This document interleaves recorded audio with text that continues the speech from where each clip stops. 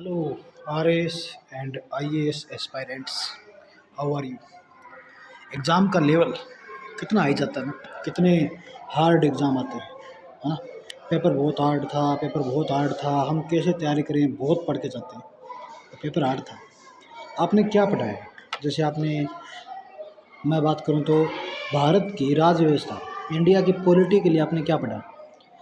चाहे तो आपने मॉक टेस्ट दिया हो, उसमें नंबर कमा रहे हो, और चाहे आपने कोई एग्ज़ाम दिया हो, या अभी 2 फरवरी को आरएएस का एग्ज़ाम हुआ, प्रीलिम्स का, या फिर इससे पहले जो मेंस के लिए आरएएस का एग्ज़ाम हुआ, उसके लिए आपने पढ़ा कहाँ से है? क्या आपने एनसीईआरटी पढ़ी है, जो राज्य व्यवस्था की होती है? क्या आपने हमारा संविधान नाम से जो हमारे 11th क्लास की एनसीईआरटी वो पढ़ी है? क्या आपने अच्छे से कोई किताब पढ़ी भी है, या सिर्फ आपने कोई वीडियोस देखे हैं, या फिर सिर्फ कोचिंग के जो शॉर्टकट नोट्स होते हैं वो ही देखे हैं? अब आपने क्या किया, वो जवाब तो आपके पास है। लेकिन मैं आपको बताता हूँ कि अगर आपके पास टाइम है, और वैसे भी देखिए टाइम किसी के पास है नहीं, और टाइम सबके पास है।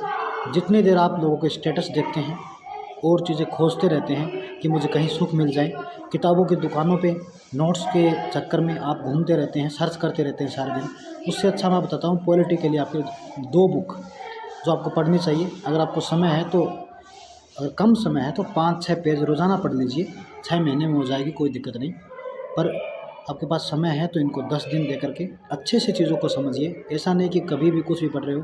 तो पहली बुक मैं जो दिखा रहा हूँ वो है हमारा संविधान, जो हमारे सुभाष कश्यप जी है, उनकी बुक है। दूसरा मैं दिखा रहा हूँ आपको सुभाष कश्यप जी की हमारी संसद। इनमें क्या आप देखिए थोड़ा सा, देखिए पहले हम देखते हैं कि हमारा संविधान जो बुक है उसमें क्या क्या है जिसको हम समझ सकते हैं। जैसे कि हमारा संविधान नाम से जो बुक है वो है सुभाष कश्यप जी की, और कश्यप जी ने क्या लिखा है इसके अंदर वो आपको बताएंगे, क्योंकि हम बुक्स पढ़ ही नहीं रहे ना, और ना हमें पढ़ने का तरीका पता है कि कैसे बुक्स को पढ़ना है। देखिए ये जो पुस्तक है हमारे संविधान के बारे में गहन अध्ययन व्यवहारिक अनुभव का परिणाम है। संविधान की उत्पत्ति, कार्यप्रणाली क्या है, न्यायिक व्याख्या क्या है, और संविधान नियमों को किस प्रकार से विकसित होना, विश्लेषण, संविधान के प्रत्येक भाग, अध्याय, अनुच्छेद की टिप्पणियाँ करना, इसके उपसंहार क्या है, संवैधानिक पुनर्निर्माण के लिए सुझावों की समीक्षा करना, मतलब बहुत सारी बातें। उद्देश्यपरक विश्लेषणात्मक पुस्तक है ये, व्यापक संक्षिप्त रूप से भी है, और अपेक्षित संविधान के अध्ययन पर किसी छोटी लेकिन प्रमाणिक पुस्तक की कमी को पूरा भी करती है। यह न केवल विद्यार्थी और राजनीतिक विज्ञान में संवैधानिक नियमों के शोधार्थी बालकों के लिए है, बल्कि अधिवक्ता हो या चाहे शिक्षक हो या फिर अन्य कोई भी लोग जो संविधान या इसकी राजनीतिक व्यवस्था के बारे में जानना चाहते हैं, समझना चाहते हैं, इंटरेस्ट ले रहे हैं, वो भी इसको पढ़ सकते हैं। तो देखिए वैसे भी कहाँ लिखा है कि यूपीएससी के लिए आप या आरएएस के लिए आप लक्ष्मीकांत पढ़िए, या फिर आप जो कोचिंग के नोट्स है वो पढ़िए। कहाँ कौन से सिलेबस में आया है? आपको इतना दिया गया कि हमारा संविधान पढ़िए और हमारी संसद पढ़िए। हमारी संसद के बारे में देखिए, इन्होंने बताया कि इस पुस्तक में कश्यप जी ने हमें अपने सदन में व्यवस्था रखने के लिए आवश्यक संसदीय प्रक्रिया क्या उसका बारे में बताया, स्वस्थ लोकतंत्र के लिए अति महत्वपूर्ण क्या वो बताया, और जो भी संसदीय प्रक्रियाएं हैं हम ऐसे शब्दों मुहावरों के बारे में भी जानेंगे। मतलब क्या है कि बुक के बारे में देखना, बुक के बारे में जानना, फिर उसकी इंडेक्स देखना कि उसमें है क्या क्या। हमारे दिमाग को पहले तो हम ये देंगे कि इसको हमें क्यों पढ़ना है, इसमें क्या क्या देखिए, इसमें सब कुछ हमें पहले जानना चाहिए। हमारी संसद है, संसद में शासन की प्रणाली क्या है, राजनीतिक व्यवस्था क्या है, संसदीय काम, निर्वाचन, सदन के स्तर, अध्यक्ष बनने अधिकारी, प्रश्नकाल, शून्यकाल, संसद में मामले उठाने की प्रक्रिया, बजट, कानून, संसदीय समितियां, सेवाओं की व्यवस्था, सब चीज़ें जैसे कि होनी चाहिए, जो इम्पोर्टेंट जो हमारे लिए नोट्स में होनी चाहिए पर होती नहीं है, क्योंकि शॉर्ट नोट्स के चक्कर में सारी दुनिया भाग रही है। छोटे से नोट्स मिल जाए, बहुत कम समय में तैयारी कर लें, क्योंकि हमारी तो आदत होती है कम समय में पढ़ लें। जैसे कि ये देखिए हमारा संविधान है, हमारा संविधान जिसमें इन्होंने बताया है क्या संविधान का इतिहास क्या है, निर्माण क्या है, विशेषताएं क्या है, उद्देश्य का प्रस्तावना, प्रियम्बल बोलते हैं जिसे, संघ और उसका क्षेत्र क्या है, नागरिकता सिटीजनशिप क्या है, एफआर जो फंडामेंटल राइट है, मूल अधिकार, डीपीएसपी जो निर्देशक तत्व है, मूल कर्तव्य, संघ की कार्यपालिका, विधायिका, न्यायपालिका, सब दिया हुआ है।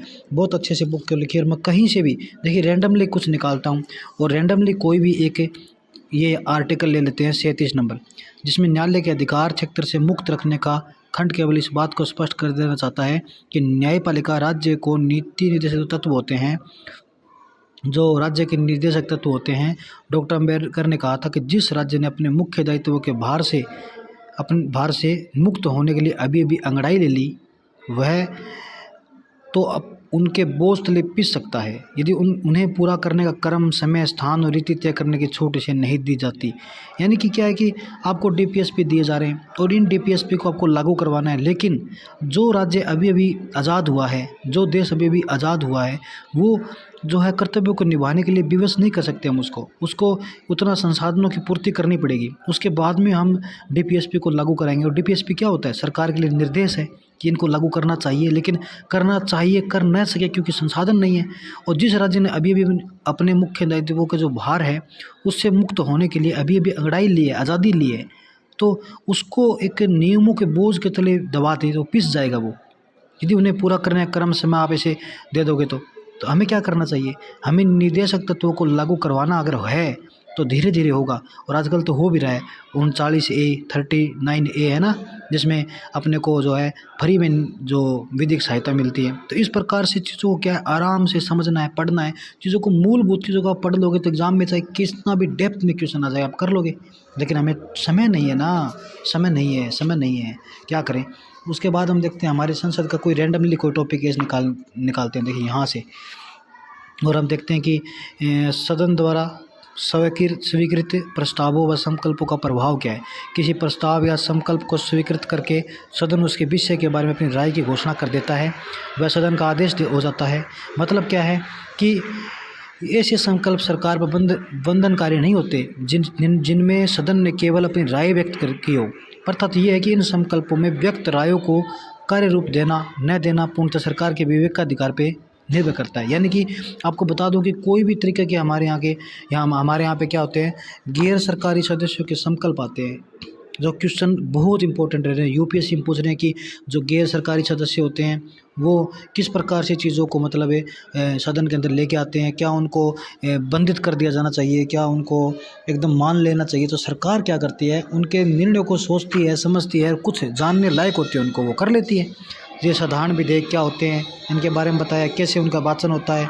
देखिए बहुत सारी चीज़ें ऐसी हैं जो हमें आराम से पढ़नी चाहिए, लेकिन हम पढ़ते नहीं, हमें समय नहीं है।